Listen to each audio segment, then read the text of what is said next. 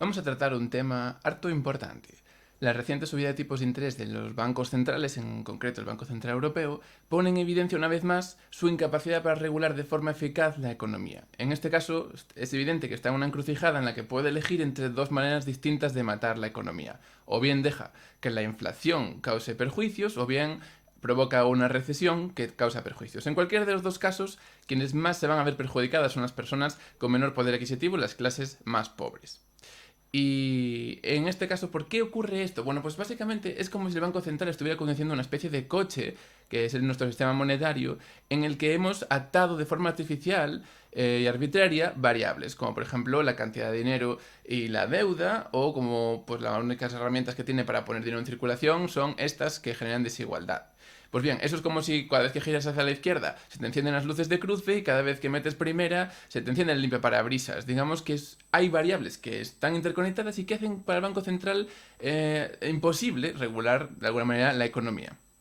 Pues bien, esto es importante que lo entendamos. Entonces, imagínate que nos preguntamos cómo podríamos reducir, por ejemplo, el peso del sector financiero, ¿no? Sería una cosa que nos podría interesar, dado que es una ineficiencia de la economía, porque es un 140% del PIB y básicamente lo único que hace es mover dinero de un sitio al otro. Si queremos potenciar la economía real, la economía productiva y reducir el peso del poder del sector financiero, ¿qué podemos hacer? Pues en el actual sistema monetario, la verdad que muy poco. Y esto es porque el dinero que tenemos, el dinero que manejamos, es dinero que se crea en base a deuda por parte de los bancos privados. El Banco Central maneja el tipo de interés de las reservas bancarias, pero después esas reservas las utilizan los bancos entre sí para saldar las cuentas a final del día, pero los bancos crean otra forma de dinero por encima de esa, que es las reservas, el dinero bancario, que es muy superior a esas reservas. Y en concreto, con ese dinero bancario tienen la capacidad, por ejemplo, de inflar burbujas especulativas y burbujas en los mercados financieros o inmobiliarios que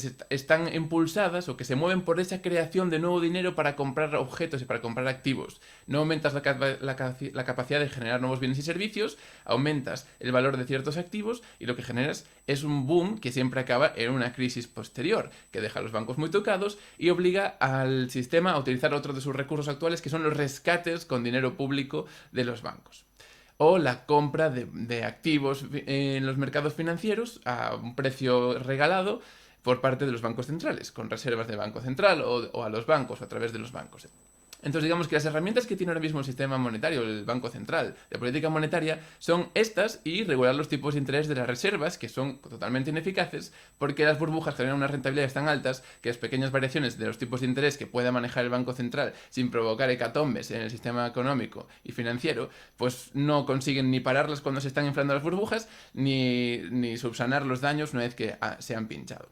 Entonces, ¿qué podemos hacer, por ejemplo, si queremos prescindir de lo más innecesario en la economía? Como en este momento en el que la inflación se viene derivada de una falta de recursos energéticos y de una crisis de materiales y de cadenas de suministro globales, pues estamos viendo los problemas de la globalización.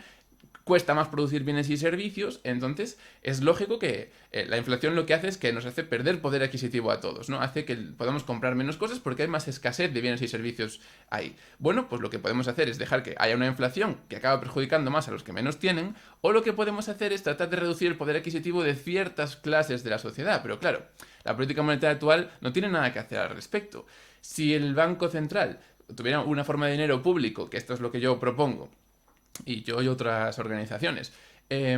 Si el Banco Central tuviera una forma de dinero público que se pudiera generar libre de deuda, una forma digital de dinero público, pues, por ejemplo, podría crear un impuesto y retirar dinero de la circulación de una forma inteligente. Por ejemplo, subsanando la mala asignación de recursos que ha generado los rescates pasados, que han beneficiado enormemente a las clases acreedoras, a aquellos más ricos con capacidad de prestar, etcétera, etcétera, y ahora que sean ellos los que pierdan ese poder adquisitivo que han obtenido de forma, pues digamos, injusta, y que así combatamos la inflación sin perjudicar a quienes ya sufren por llegar a fin de mes, a quienes tienen negocios montados, a quienes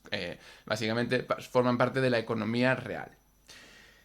¿Cómo evitar los impagos de deuda y reducir el nivel general de endeudamiento? Pues imposible en este sistema, porque la cantidad de dinero que hay en circulación es equivalente a la cantidad de deudas que tenemos con los bancos. Los bancos crean el dinero bancario y nosotros nos endeudamos en la misma proporción. Cuando se pagan más rápido las deudas de las que se conceden nuevas deudas, disminuye la cantidad de dinero en circulación y eso en ciertos momentos puede ser disfuncional, por ejemplo en una crisis. En una crisis La gente no está dispuesta a endeudarse más porque no hay perspectivas futuras de retornos, y lo que hacemos es pagar más deudas de las que se conceden, y lo que ocurre es que disminuye la cantidad de dinero en circulación justo en un momento en el que hacía falta aumentarla porque la velocidad de circulación del dinero disminuye. Entonces,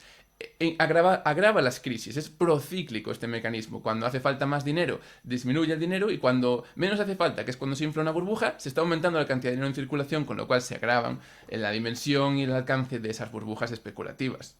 Entonces, si el Banco Central tuviera una forma de dinero que fuera libre de deuda, análogo al efectivo, pero en versión digital, podría hacer este efecto contracíclico y manejar esa cantidad de dinero realmente de una forma directa, no a través del sector bancario, no prestando reservas con la expectativa o la esperanza de que presten más, sino directamente poniendo dinero en circulación o retirándolo a través de este impuesto que comentaba hace un momento. ¿Cómo estimular la actividad económica y dotar de recursos al Estado para que pueda cuidar del medio ambiente y de la sociedad? Pues si el dinero fuera un bien público, de nuevo, cada vez que se pusiera dinero en circulación sería un ingreso para la sociedad, sería un ingreso o bien para el bien público, o bien como